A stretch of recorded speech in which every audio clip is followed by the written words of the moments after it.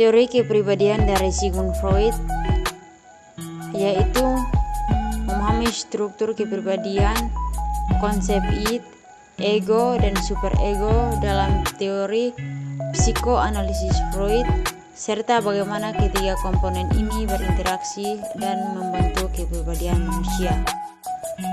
Sigmund Freud adalah seorang dokter dan psikolog Austria yang hidup pada akhir abad ke-19 dan awal abad ke-20.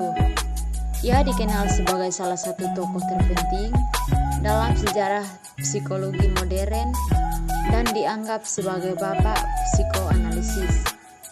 Teori kepribadian yang dikembangkan oleh Freud, yang dikenal sebagai teori psikoanalisis, telah memberikan kontribusi signifikan dalam pemahaman kita tentang manusia dan kepribadiannya. Latar belakang Freud dalam bidang medis memberikan dasar yang kuat bagi pengembangan teorinya. Sebagai seorang dokter, Freud memiliki pengalaman dalam mempelajari gangguan mental dan menyadari pentingnya pengaruh pikiran bawah sadar dalam kehidupan manusia. Ia percaya bahwa aspek kepribadian manusia tersembunyi dalam pikiran bawah sadar yang dapat mempengaruhi perilaku dan pengalaman hidup seseorang. Selain itu, latar belakang budaya dan sosial Freud juga mempengaruhi pengembangan teorinya. Freud hidup pada masa yang dipengaruhi oleh perubahan sosial dan pergeseran nilai-nilai tradisional. Ia mengamati bahwa banyak masalah psikologis dan konflik dalam kehidupan manusia berasal dari ketegangan antara dorongan-dorongan naluriah yang tersembunyi dan tuntutan-tuntutan sosial yang ada. Freud juga dipengaruhi oleh perkembangan ilmu pengetahuan dan pemikiran pada zamannya, termasuk teori evolusi Charles Darwin dan penemuan tentang sistem saraf. Hal ini mempengaruhi cara pandangnya terhadap manusia dan membantunya merumuskan teori-teori psikologis yang inovatif. Dengan latar belakang tersebut, Freud mengembangkan teori psikoanalisis yang menggali lebih dalam tentang pikiran bawah sadar, konflik psikologis, dan perkembangan kepribadian. Teorinya mengubah paradigma dalam bidang psikologi dan memberikan pemahaman yang lebih mendalam tentang kompleksitas manusia. Struktur kepribadian teori psikoanalisis Freud mengajarkan bahwa kepribadian terdiri dari 3 komponen utama, yaitu id, ego, dan superego.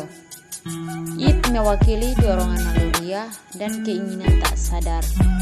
Ego bertindak sebagai pengatur realitas, dan superego mewakili aturan moral internal.